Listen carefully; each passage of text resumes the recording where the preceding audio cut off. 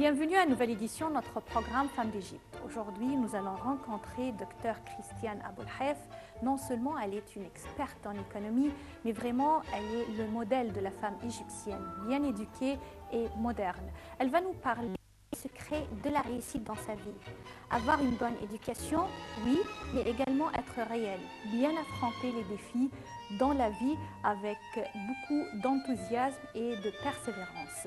Vous allez découvrir avec moi vraiment un chemin à apprécier que Dr Aboulhaf a entamé et elle poursuit jusqu'à nos jours. Commençons tout de suite notre rencontre avec Dr Christiane Aboulhaf.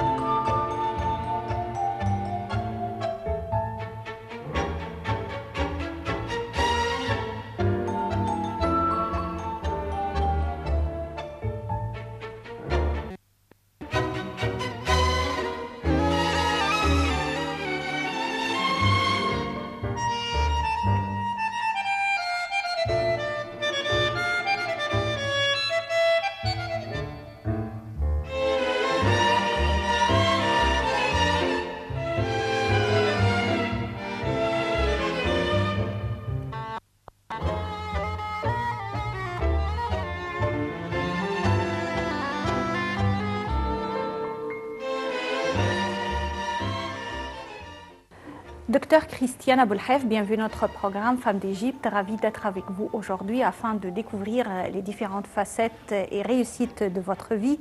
Et on commence toujours avec la période de l'enfance et de c'est une période qui marque la vie de l'être humain pour toujours. Quels sont vos souvenirs à propos de cette première période de votre vie? Actuellement, je vous remercie d'abord. Et c'est une période que j'aime vraiment parler parce que j'étais un enfant qui avait beaucoup de chance. Né dans une famille qui était assez grande, pleine d'amour, pleine de bonté, pleine de générosité. Nous étions une grande famille de 2 frères mariés à 2 sœurs. Et nous vivions les enfants, nous tous ensemble, nous étions 5 enfants. Différents caractères, différents de tout, mais on s'est unis avec l'amour. Mon père était un père généreux, un père vraiment amoureux de sa famille. Il m'a beaucoup donné comme éducation et il a essayé de faire le plus. Alors, je pense que j'avais beaucoup de chance. Et puis, j'étais dans des écoles françaises, là où avec les religieux, j'ai appris beaucoup de choses. Pas seulement l'éducation, c'est comment me comporter, comment traiter les gens, comment aimer les autres et à s'aimer. Et puis, j'étais à l'université américaine pour faire mon bachelor et mon master aussi à l'université américaine. Et puis, j'ai fait mon doctorat à l'université égyptienne. C'était Cairo University. Alors, je suis très fière. Je suis une femme de l'Égypte vraiment, qui a été bien éduquée en Égypte, qui a beaucoup aimé l'Égypte et encore elle veut donner beaucoup à l'Égypte. Je crois que chaque période de la vie porte en elle-même des défis. Je voudrais bien parler actuellement de la période d'adaptation après avoir quitté l'école avec les religieuses et d'entamer une vie sociale au sein de l'université.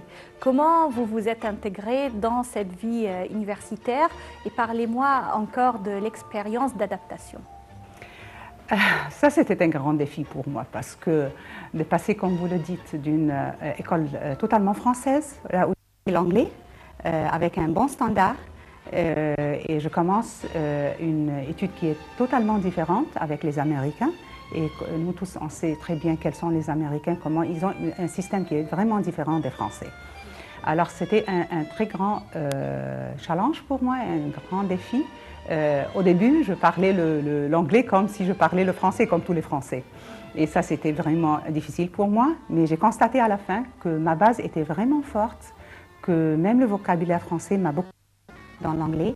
Et j'ai vite appris le système américain et j'ai pu faire mon bachelor et mon master aussi à l'université américaine. Et j'avais de GPA qui était vraiment élevé, assez élevé, plus que les gens qui ont appris dans des écoles qui enseignaient l'anglais. Alors ça j'avais beaucoup de chance que maintenant je possède 3 langues, le français, l'arabe et l'anglais. Et pour vos études supérieures de master, quel thème vous choisir? D'abord, laissez-moi vous dire que je n'ai pas commencé mon master immédiatement parce que je me suis mariée très tôt. J'ai eu mes enfants, j'ai eu ma première fille et puis j'ai commencé mon master. Là, je travaillais en même temps dans des institutions internationales, là où ça demandait beaucoup d'efforts de moi. Et quand j'ai commencé mon master, j'ai dû un peu penser qu'est-ce que je veux faire maintenant, quelle carrière je veux emporter, et c'était la carrière de la commerce international.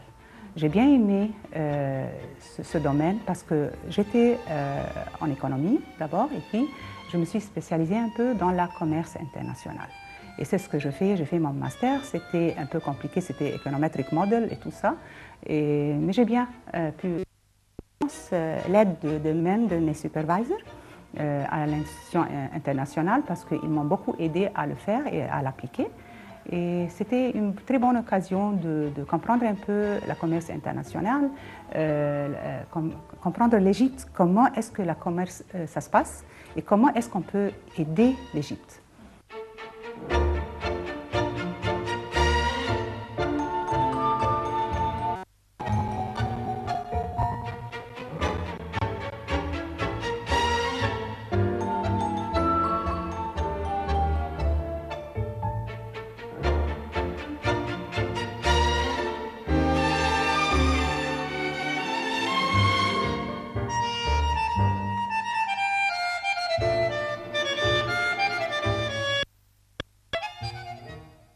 Travailler dans des instances internationales, alors vous devez posséder beaucoup d'atouts et être de haut calibre. La compétition est très ardue, je crois. Alors, selon vous, qu'est-ce qu'on doit posséder pour bien réussir dans ces institutions internationales? On doit posséder beaucoup de choses.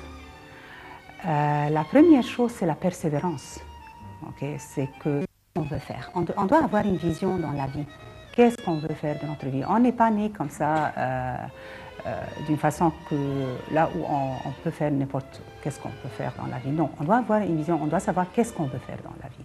Alors, on doit avoir d'abord pensé qu'est-ce qu'on veut faire, la vision, comment est-ce qu'on peut le faire, c'est la stratégie, et comment est-ce qu'on peut vraiment l'implémenter. Implémenter, c'est les instruments que tu dois avoir.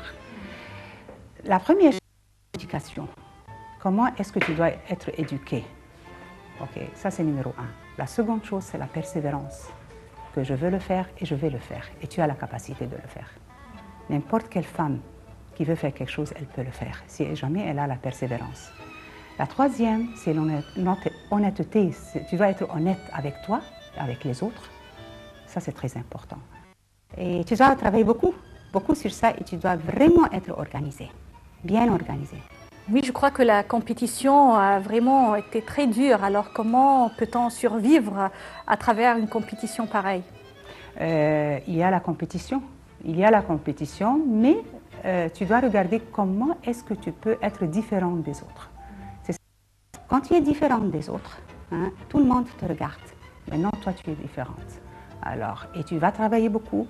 Et les gens des institutions internationales vraiment aiment les gens qui travaillent beaucoup et qui ont beaucoup d'honnêteté et de transparence en travaillant.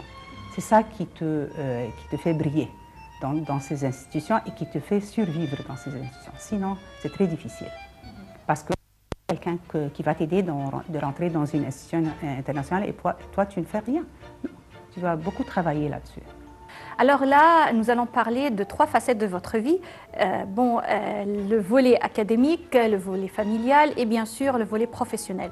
Commençons avec le volet académique. Suite à votre master, vous avez continué les études supérieures et vous avez fait votre doctorat.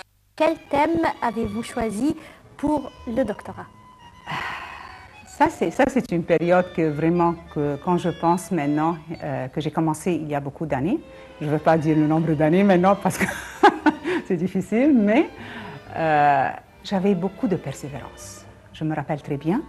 Et j'avais la vision d'abord et j'avais le support. Moi, je ne peux pas dire que je n'avais pas dès le début un support. D'abord, c'était mon père qui m'a bien donné l'aide et comment elle m'a bien encouragée aussi. Et puis j'étais chanceuse avec un mari qui était normal à ce moment, qu'il aime voir sa femme avec des masters et puis avec un doctorat, et puis il l'encourage avec un doctorat. Mais il était là avec moi et j'avais beaucoup de chance d'avoir deux hommes dans ma vie que vraiment ils m'ont beaucoup poussée.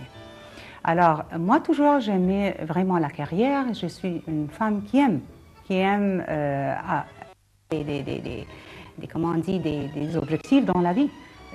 Moi, je pense que Dieu nous a pas créés comme ça. Il nous a créés pour un but dans la vie. Alors, on doit vraiment savoir le but. On doit savoir nos talents et qu'est-ce qu'on veut faire dans la vie. Comment est-ce qu'on veut changer la vie. On ne va pas la changer totalement, mais au moins dans ton entourage. Comment est-ce que vraiment avoir une différence entre toi et les autres. Alors, j'ai commencé de faire l'économie parce que j'aime. Et puis, comme je l'ai dit d'abord, que j'ai bien aimé la commerce internationale. J'ai travaillé dans des institutions qui encouragent la commerce internationale. Et puis, j'ai continué dans cette carrière et ce qui m'étonne vraiment, je commence à un peu changer, okay, mais c'est dans l'entourage de la commerce internationale. Maintenant, je fais des finances de projet, des finances de commerce qui aident beaucoup l'Égypte et je suis vraiment fière de le faire. Et c'est comme ça que j'ai commencé et ma fierté vient que toute mon éducation, ça vient de l'Égypte. It's made in Egypt, you know. So, c'est quelque chose que vraiment je suis très fière parce que la première chose que les gens me demandent quand ils me voient, les clients, quand je vais au gouvernement, d'où est-ce que tu as reçu ton éducation? C'est la première question qu'ils me demandent et je suis fière. J'ai tout fait en Égypte. Mon bachelor, mon master et puis après cela mon PhD.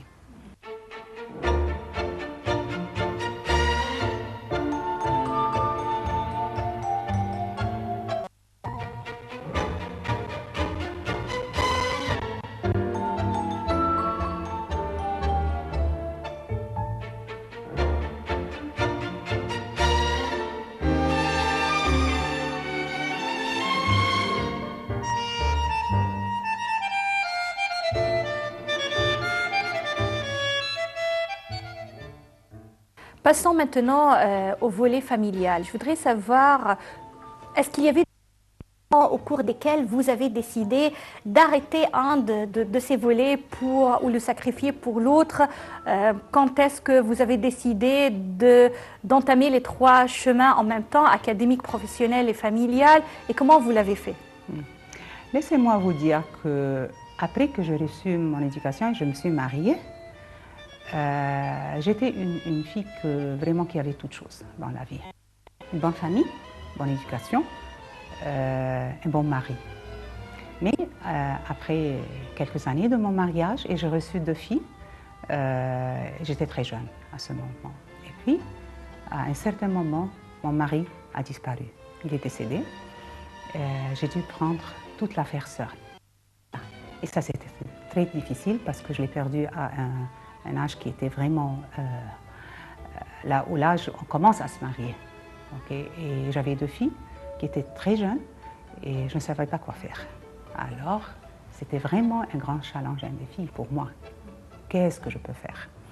Et à ce moment, j'avais mon master et puis j'étais au milieu de mon doctorat. Alors, qu'est-ce que je peux faire? C'est ça la question. J'ai commencé à bien penser, avec une bonne raison, comment est-ce que je peux survivre cette affaire. J'ai bien raisonné l'affaire et j'ai commencé à nager. À nager parce que j'étais au milieu de l'océan, comme on dit, je devais nager avec les 2 filles à ce moment. J'avais aussi de la chance, j'avais une très bonne mère qui est venue, elle est venue m'assister, rester avec moi. Et malheureusement, je l'ai perdue il y a quelques mois, mais elle m'a beaucoup assistée. J'ai continué mon doctorat à ce moment, là où je travaillais dans cette institution internationale, je continuais toujours. Et comme C'est pas des heures normales là où on travaille. Tu dois vraiment bien travailler, tu dois vraiment bien faire l'effort avec 2 filles. Et alors ce que j'ai fait, j'ai regardé les 2 filles, j'ai bien dépensé pour leur carrière parce que je comprends très bien l'éducation, ça c'est la plus importante, c'est ça ce qu'il va survivre avec. En même temps, travailler et tout l'entourage m'a aidé vraiment. Ils ont bien constaté mes conditions qui sont nouveaux et maintenant, je crois que j'ai bien fait. Que les 2 filles sont en éducation. Une, elle a fini ses études grâce à Dieu et elle est mariée maintenant. Et la petite, elle est dans l'université et je crois que j'ai bien fait. C'est ça vraiment, c'était le défi pour moi. Comment est-ce que je peux survivre avec une telle vie qui était très difficile, seule, avec 2 filles, avec une carrière qui était assez demandante, mais avec un peu d'organisation, avec un peu de persévérance, j'ai pu le faire. Et c'était grâce à Dieu.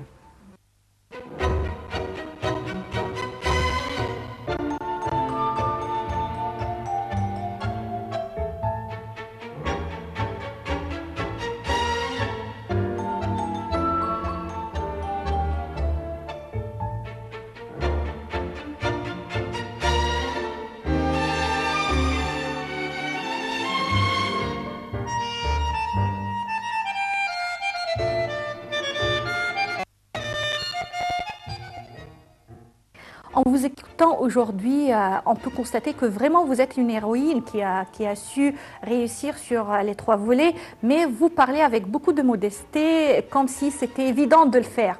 Mais je voudrais savoir comment vous avez réussi les défis et en même temps garder la paix interne. Comme je l'ai dit, c'était la grâce de Dieu, parce que j'ai demandé sa grâce. Parce que je n'ai jamais boudé qu'il a pris mon mari, qu'il a décidé de prendre mon mari. Non, non, non. Parce que c'est sa décision. Nous sommes à lui à la fin. Mais ce que j'ai demandé, c'était son aide. Et il était là, toujours, à m'aider, même plus que je souhaite, parce qu'il me dépassait. Il dépassait mes rêves, même. Alors, c'était difficile. Ce n'est pas quelque chose qui était facile. Mais on doit être vraiment déterminé dans la vie. Qu'est-ce qu'on veut faire? Okay? Et c'est ce qu'on veut faire. Et tu as la capacité. Chacun de nous a des capacités internes, là où tu dois regarder quelles sont tes capacités internes. Parce que dans la vie, on ne peut pas perdre tout. Si jamais j'ai perdu un mari, mais j'avais de la chance dans beaucoup d'autres choses dans la vie, alors je devais travailler là-dessus. Deux belles filles, alors je ne peux pas perdre le mari et les filles. Je n'avais pas le choix. Je devais nager et, au milieu de l'océan et maintenant, je crois que je suis au bord maintenant.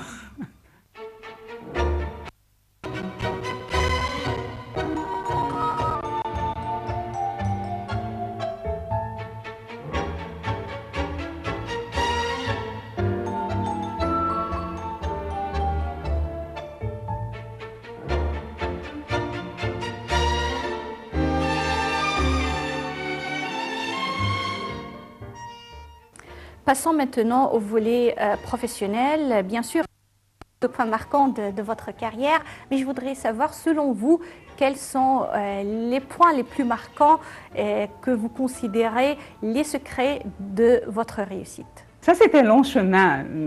Je crois que mon âge, oui, ne peut pas dire que c'était un long chemin, mais pour moi, c'était long. C'était long, mais c'est toujours la réussite. C'est grâce à Dieu parce que quand je vous l'ai dit que j'étais déterminée, je veux réussir. Je ne veux pas un échec dans ma vie. Alors, j'ai commencé, c'était... D'abord, j'ai commencé dans une institution internationale. J'étais jeune à ce moment. J'avais mon mari qui m'a beaucoup aidée. J'ai commencé mon master parce que quand je me suis graduée de bachelier de l'université américaine, à ce moment, je ne trouvais pas de travail.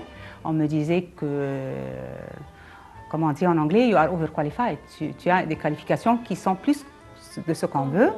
Alors, j'ai commencé une carrière là qui n'avait pas avec... Et puis, quand j'ai eu la chance, j'ai travaillé dans une institution internationale pour 3 ans.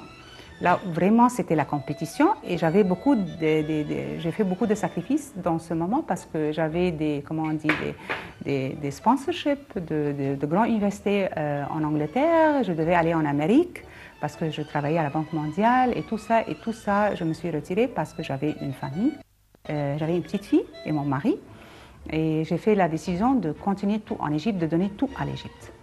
Alors, et quand j'ai changé de travail maintenant, j'ai fini mon master. J'avais une fille à ce moment de 3-4 ans. Et vous pouvez imaginer, je travaille et mon mari c'était un docteur, c'était un cardiologue. Il travaillait toute la journée, je ne le voyais même pas, que quelques heures durant la semaine.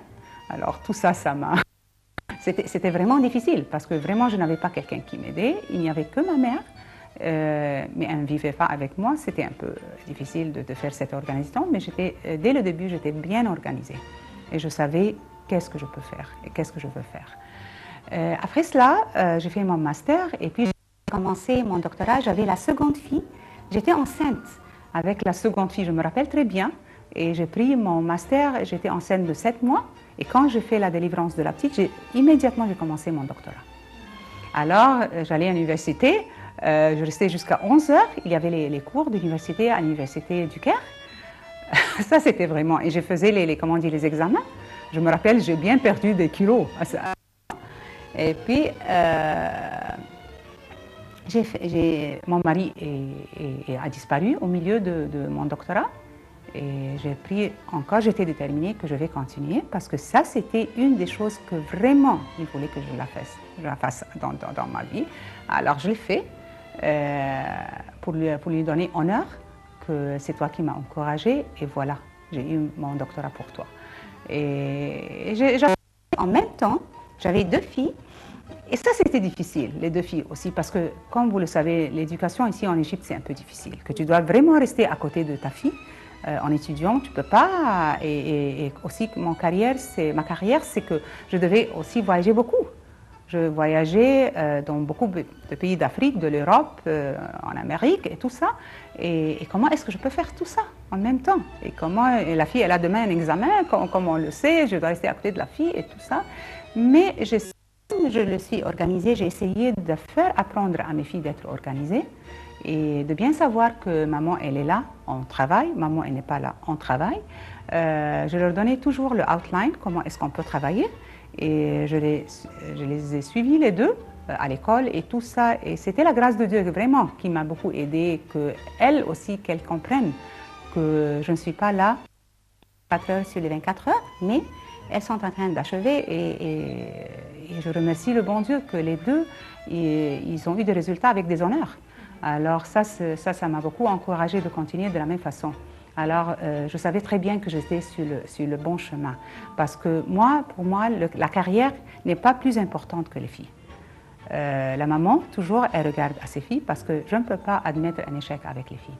Je peux admettre un échec dans ma carrière et j'ai beaucoup fait des sacrifices dans ma carrière parce que je pouvais être beaucoup plus, avoir une carrière qui est beaucoup plus brillée, mais je suis vraiment satisfaite avec ce que je fais avec les filles.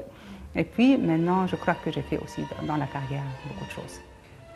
Alors, on peut constater vraiment que vous êtes très modeste en parlant de vous-même, mais parlez-moi un peu de votre actuel. Qu'est-ce que vous faites? Le présent, un peu, tu sais, à mon âge, après tout ce que j'ai fait, maintenant je commence à penser d'une autre façon. Alors, quel est le challenge, quel est le défi maintenant que je dois regarder dans ma vie, qu'elles grandissent, elles auront leur propre vie, leur vie personnelle. Qu'est-ce que je peux faire maintenant? Ce que je commence à faire, ou à bien penser à faire ce que je n'ai pas fait encore. Moi, j'ai beaucoup de choses dans la tête et je crois que la vie d'une personne ne peut pas le faire, tu ne peux pas le faire, mais tu dois avoir des priorités. Ce que je pense vraiment à faire a beaucoup donné à l'Égypte. L'Égypte m'a beaucoup donné, comme éducation, comme vie, comme amour et tout ça. Alors, qu'est-ce que je peux faire à l'Égypte? Du point de vue économique ou bien du point de vue social. Vie économique, mon travail maintenant, je suis dans une poste là où j'ai pu réussir à aider les exportateurs et les Égyptiens à bien rentrer en Afrique. Okay. À travers là où je travaille, on a donné de l'argent parce que nous tous on sait maintenant que la vision c'est que les Égyptiens aillent en Afrique maintenant parce que c'est là où on a vraiment l'avantage. L'Afrique, c'est là où les Égyptiens vraiment doivent découvrir parce que malheureusement depuis les années de Abdel Nasser, là où il avait vraiment une vision de l'Afrique. Il connaissait très bien l'importance de l'Afrique pour les Égyptiens et pour l'Égypte. Ce n'est pas l'affaire de l'eau seulement, non. C'est une affaire de vie avec eux. Comment est-ce qu'on peut vivre avec les Africains qui sont nos voisins? L'Égypte regardait au pays du Nord. On ne regardait jamais au pays du Sud. Et les pays du Sud sont nos voisins. Les pays du Sud, comme les pays de l'Afrique, il y en a beaucoup des avantages pour les Égyptiens. Ils ont besoin de nous et nous avons besoin d'eux. Alors vraiment, et moi je suis contente que les dernières années, les 2-3 années, avec notre gouvernement, vraiment ils regardent l'Afrique maintenant. Moi je travaille dans cette institution avec les Africains il y a 20 ans. Et je dois être honnête, notre éducation ne prend pas soin de l'Afrique, on ne connaît rien de l'Afrique. Quand j'étais recrutée dans cette institution, c'est comment dire, une énigme pour moi, parce que qu'est-ce que c'est l'Afrique? Quels sont les pays du Sud? Quels sont les pays du Nord? Et tout ça, je ne savais rien. Maintenant, après 20 ans, je peux vous dire, avec toute mon éducation, avec toute mon expérience dans la vie, je peux vous dire que les Égyptiens doivent vite aller en Afrique, parce qu'il y a beaucoup d'autres gens qui sont là-bas et qui travaillent, ils font beaucoup d'affaires.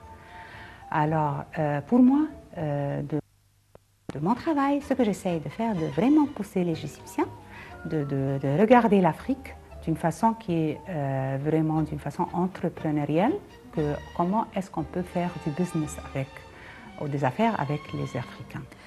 Docteur Christiane Aboulhaif, à la fin pour aujourd'hui, je vous remercie infiniment de nous avoir accordé cette occasion afin de commencer à parler de votre vie, de votre carrière et également de vos réussites. La semaine prochaine, nous allons continuer avec vous à parler également de l'Afrique comme marché potentiel pour l'Égypte et également à découvrir d'autres volets de votre vie. Je vous remercie infiniment. Merci beaucoup. Téléspectateurs, c'est ainsi qu'on termine cette édition de Femmes d'Égypte avec notre invitée Christiane Aboulhaif. La semaine prochaine, nous allons continuer notre discussion avec elle. D'ici là, passez d'agréables moments. Merci et à la prochaine.